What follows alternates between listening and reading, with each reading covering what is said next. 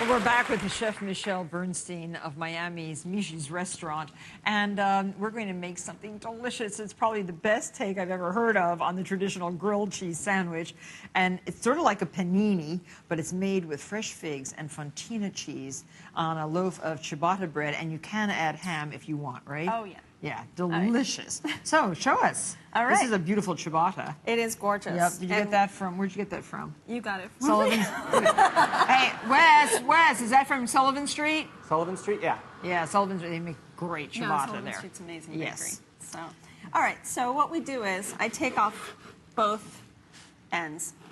Why not? Make it nice and squared off. Yep. And then I cut it down the middle, horizontally. Do you leave all the bread in? I keep it all in there. Okay. Yeah, to soak up all that good melting cheese. Yum. Now, if you would start my rosemary oil, because that's actually going to go on the outside Okay. to give it a little bit of flavor and good fragrance while we So grill what, it. how much oil? So that is about a half a cup of oil, 2 sprigs rosemary, and just a pinch of crushed pepper. Heat it up for a good 4 or 5 minutes, and then basically just shut it off and forget about it for about an hour so that it gathers up a nice flavor. Okay. Now on So it's those little touches. See, a real chef will have that kind of wonderful oil, flavored oil to put Hanging on her out in our sandwich. fridge. That's Yeah. right, yeah. Most It's definitely. important, yes. It makes everything just that little touch better. Is that figgy jam? This is fig jam. Now, this is beautiful. You know, you can get this really inexpensively at a lot of Latin markets. We use a lot of fig jam and guava jelly and stuff like that. I love guava. When we make, so do I. When we make our sandwiches. But I thought that the fig would go well. You want to do your side? Oh, sure. Thanks. And then we'll meet in the middle. Okay. This just adds a little touch of sweetness, which is why I put the ham on it, because I thought that would add the salt that we needed. Yum. So nice little even layer of that. Okay. Now I'm going to start with, it's about 3/4 of a pound of fontina.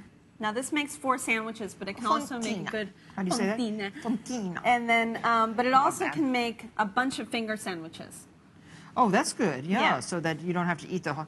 I mean, I know people that could eat this whole thing, but I think it would be better I'm if probably that person. I'm a little bit of a So I do piglet. this cheese too on this side. Go for it on that Okay. side. I'm going to add the ham. Now I got Black Forest ham, but I first tried the recipe with French ham and it was delicious. I bet. But I wanted it available to just I about do that anyone. too? No, I'm No, just okay, doing you're that. just doing that. That's my side. And then if you would Okay. grab the figs I do love figs. and put that on They're this just side. ripping on my trees now. they? Oh, my yes. goodness. Put it here? This side. Oh, this side. Okay. How many? Yeah. Just fill her Oh, up. okay. I'm going to slice just a couple of more. So I see that you're using a wonderful flat iron cooking surface. You That's don't have right. a panini maker. I don't have a panini maker. I wouldn't mind one, but I don't have one. It's it takes up a lot of room on the counter. It does. It does. And I just love to use griddles, to be honest with you. Yeah, they're great. They're delicious. And to me, they make the best grilled cheese. I also do it in a saute pan, a non-stick one, and I throw it in the oven afterwards, too. So Plenty good. of figs. Plenty full. All right. That's good. If you wanted to, Okay. you could add a little salt and pepper. I really don't think it's necessary at this point. We've got so much great stuff in there.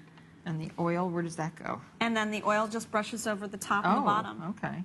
Okay. So that's the cooled rosemary oil. That's correct. Which, by the way, stays good in your fridge for about 3-4 days. And this goes right on that hot skillet. That's right. Hot I'm going to griddle. flip this way. And to weigh it down, I take a pan with a heavy, this is a brick. Should we brush this now too? Yeah, great, Okay. thank you. I have a brick wrapped in aluminum foil. There's lots of different ways of weighing things down. You can use your hands to press down on it or just the brick straight on top of And there. look, here's one that's already cooked. My gosh, that looks fantastic. This is delicious. Oh.